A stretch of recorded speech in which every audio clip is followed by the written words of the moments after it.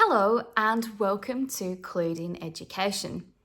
I'm Catherine, and in this video we're diving into a topic I think deserves a lot more airtime: why student support still isn't taken seriously enough in the vet sector. So grab a cuppa, get comfy, and let's get into it.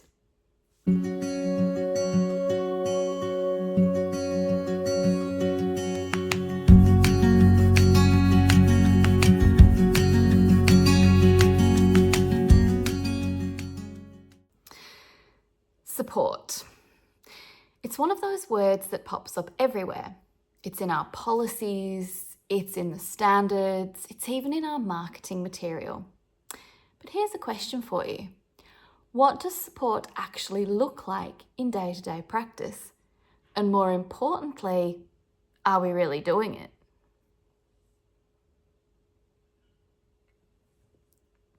Now, here's the uncomfortable truth.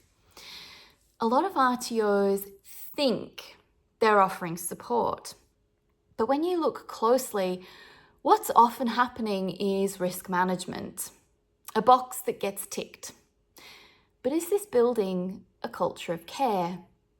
Often, no. And trainers? Many of them feel under-equipped. I've had plenty say to me, I'm here to teach, not be a psychologist. And honestly, I get it, but that tells me something really significant, that support hasn't been embedded into how we train. It's still being treated as a bonus and not as a baseline. Now, we already know that proper student support leads to better retention, completion rates, student satisfaction, and the RTO's reputation. So why is it such a hard sell to staff? Let's start with trainers. A lot of trainers are highly skilled in their trade or their field, but not in how to teach, let alone how to support learners. They've often finished their TAE, been handed a class, and then told to get on with it. So it's no surprise that support gets missed. But here's where things shift. Real support starts with empathy. It's about asking, what barriers might this student be facing? And then designing training to reduce those barriers and not just assuming that everyone can jump the same hurdle. And so in my work, I see a few common missteps when it comes to support.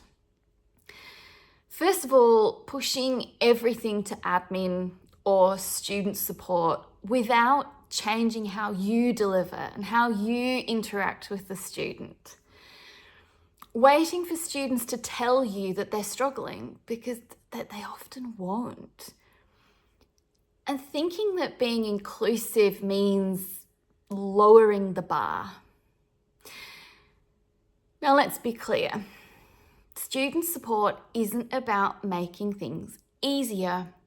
It's about making them accessible.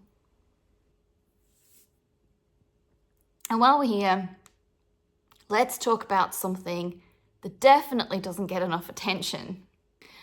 Many of our learners come to vet with experiences that directly affect how they show up. We're talking about people who might have experienced trauma, be neurodivergent, be returning to study after many years. And what can that look like in the learning environment? Well, for starters, missed deadlines, not because they don't care, but because executive functioning's hard.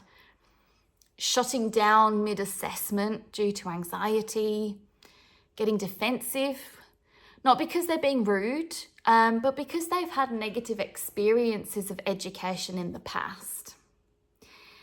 Now, this isn't about making excuses. It's about understanding what's underneath the behaviour and responding in a way that helps, not harms. So what are some simple support strategies that you can use? Break big tasks down into step-by-step processes. Use checklists, success criteria. Avoid public correction. And make sure students know that mistakes are part of learning and not failure. Now, I can't tell you the number of times I've heard, but I'm not a therapist. And that's true, you're not. And you don't have to be. But what you are is someone who creates the environment. The way you set up the space physically, emotionally, instructionally, can either invite learners or push them away. So here's what you can do. Always assume the best in people. Assume your students want to succeed. Offer structure. This goes a really long way in helping people to feel secure. And stay calm. Your calmness helps your students, especially when they're feeling stressed or anxious. And what about managers? If you're an RTO leader, your role is really key here because you set the tone for how seriously support is taken and whether it's embedded or just lip service. Here's where to start. Make PD on inclusive practices a priority. Set clear expectations for how staff should be supporting learners within your policies, procedures, and processes, and also your inductions. And look at your systems. Are they accessible? Are they clear? And most importantly, resource support. Resource it. Don't just talk about it. Support can't just live with only a few staff. It has to be baked into the system. And that means every induction includes support expectations.